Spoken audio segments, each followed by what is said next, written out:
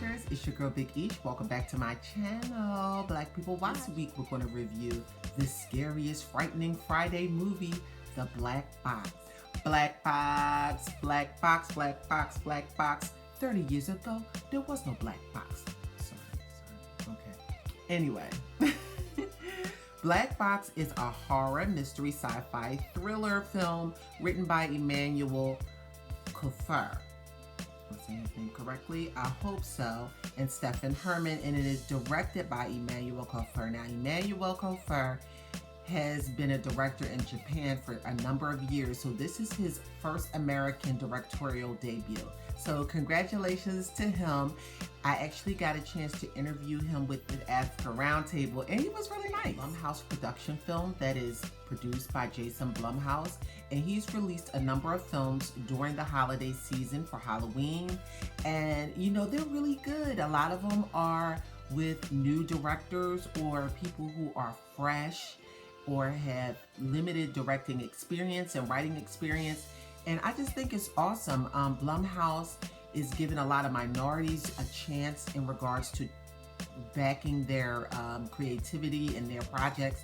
So, you know, that is just awesome. And, you know, we salute Jason Blum and thank you Blumhouse Productions for these series of like scary horror films. We thank you so much. Anyway, so let's get to the plot. Nolan lost his wife and his memory in a car accident that put him in a coma. He has this cute, adorable daughter named Ava, and she helps him every single day get dressed and remember little things about his life that used to happen. Soon he becomes frustrated with, you know, not being able to remember because he's a photographer and he doesn't shoot the same. And, you know, he's getting a lot of flack from Ava's teachers at school about him forgetting to pick her up. This makes him desperate for a change. It makes him desperate to want to seek some additional help, as any of us would. His best friend, Gary, who is played by Tomlin Moro Hunfolo, helps him try and find a doctor that will help him. And he comes across Dr. Lillian Brooks, who's played by Felicia Rashad, the incomparable Felicia Rashad. And she assists Nolan in, you know, trying to get his memory back, and she wants to help him. And they're doing this therapy using this black box. When Nolan uses the black box, he's able to go in the deepest levels of his consciousness, where all the scary thoughts are and all the monsters are in your mind. And it's very frightening and it's very scary. He's being chased by this brokeback man, and you know, he takes us on a ride with him. This is experimental therapy that Dr. Brooks is using on Nolan. So eventually his only daughter and the only person really in his life besides his best friend Gary, Nolan is exhibiting some changes in his life. He seems a little weird and he seems a little off to them, and they become concerned, of course. And they should, as they should be. Felicia Rashad is just really living her best life. It just seems that she is taking on all these roles that speak to her spirit and feed her soul. You know, she's kind of like a villain in this movie again with the female villains. I love it, okay? I can't get enough of a female villain, and you know, I'm all here for it. In her last movie that she did with Tyler Perry, and I forget the name of that, in the movie A Fall from Grace, that Tyler Perry movie that was so scandalous that everybody talked about because of the, you know, shoddy production, Felicia Rashad was a bit of a villain in that movie as well. If you remember, she even got into a little squabble with a frying pan, honey. She was, you know, going to save her son. She was not having it, and I love it. You know, but back to the story, Felicia Rashad plays a mother in this as well. And it's so funny that she takes on these roles as mothers that are so far from the American sweetheart that she was on The Cosby Show.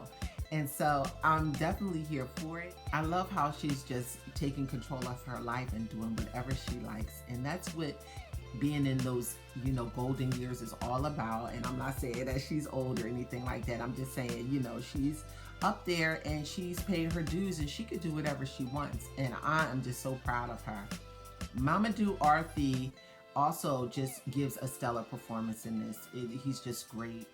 You know, he plays a widower in this film, and it's really sad to see what he's going through as someone who lost their memory, and to watch him suffer and also fight for his daughter. It's a lot of things going on with him. It's a very complex role, and you know, he delivers 100% on it. The little girl Ava is just so precocious and cute and adorable and on the borderline of being a little too fresh and a little too sassy, but Nolan really takes charge of her and puts her in her place, and even when she doesn't like it. And she's so adorable. She actually wins our hearts over, and we fall in love with this little girl.